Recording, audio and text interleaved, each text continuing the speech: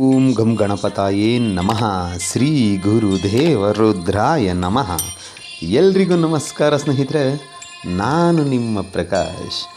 ಸ್ನೇಹಿತರೆ, ನಾಳೆ ಅಮಾವಾಸ್ಯೆ ಇರೋದ್ರಿಂದ, ಅದರ ಜೊತೆಯಲ್ಲೇ ದೀಪಾವಳಿ ಇರೋದ್ರಿಂದ ಈ ಒಂದೇ ಒಂದು ಕೆಲಸ ಏನಾದರೂ ನೀವು ಮಾಡಿದ್ದೆ ಆದಲ್ಲಿ ಕೆಲವೇ ಗಂಟೆಯಲ್ಲಿ ನೀವು ಇಷ್ಟಪಟ್ಟವರು ನಿಮ್ಮ ವಶೀಭೂತರಾಗ್ತಾರೆ.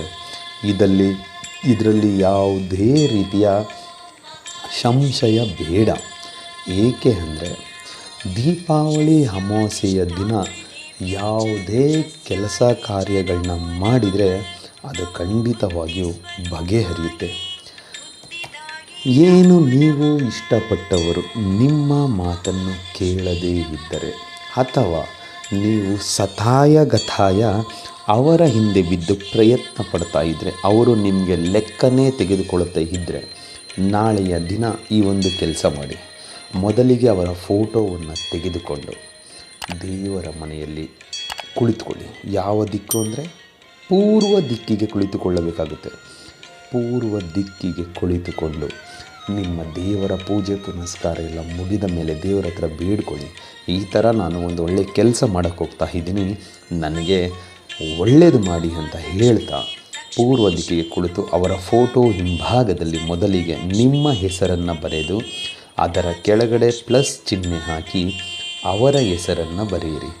ಬರೆದು ಆದ ಮೇಲೆ ಇವಾಗ ನಾನು ನಿಮಗೆ ಏನು ಮಂತ್ರ ಕೊಡ್ತೀನೋ ಆ ಮಂತ್ರವನ್ನು 108 ಸಾರಿ ಪಠನೆ ಮಾಡಬೇಕಾಗುತ್ತೆ. ಪಠನೆ ಮಾಡಿ ಮುಗಿದ ಮೇಲೆ ಆ ಫೋಟೋವನ್ನು 3 ಸಾರಿ ಉಫ್ ಅಂತ ಅಭಿಮಂತ್ರಿಸಿ ಮುಗಿದ ಮೇಲೆ ಆ ಫೋಟೋವನ್ನು ನಿಮ್ಮ ಪಾಕೆಟಲ್ಲಿ ಇಟ್ಕೊಂಡ್ಬಿಡಿ, ಇಲ್ಲ ವ್ಯಾಲೆಟಲ್ಲಿ ಇಟ್ಕೊಂಡ್ಬಿಡಿ, ಇಲ್ಲ ಹೆಣ್ಣುಮಕ್ಕಳು ನಿಮ್ಮ ಬ್ಯಾಗಲ್ಲಿ ಇಟ್ಕೊಂಡ್ಬಿಡಿ, ಅಥವಾ ನಿಮ್ಮ ಪರ್ಸಲ್ಲಿ ಇಟ್ಕೊಂಡ್ಬಿಡಿ. ಸಾಕು. ಕೆಲವೇ ಗಂಟೆಯಲ್ಲಿ ಅವರು ನಿಮಗೆ ವಶೀಭೂತರಾಗ್ತಾರೆ. ಅವರ ಕಡೆಯಿಂದ ನಿಮಗೆ ಫೋನ್ ಆಗ್ಬೋದು, ಮೆಸೇಜ್ ಆಗ್ಬೋದು, ಅಥವಾ ಡೈರೆಕ್ಟ್ ಅವರೇ ನಿಮಗೆ ಸಿಗೋದಾಗ್ಬೋದು.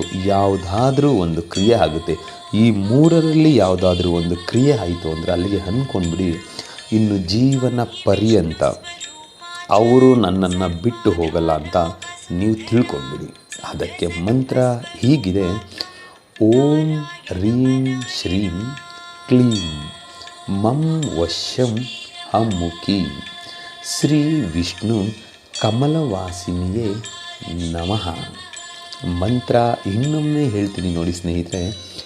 ಓಂ ರೀಂ ಶ್ರೀಂ ಕ್ಲೀಂ ಮಂ ವಶ್ಯಂ ಅಮುಖಿ ಶ್ರೀ ವಿಷ್ಣು ಕಮಲವಾಸಿನಿಯೇ ನಮಃ.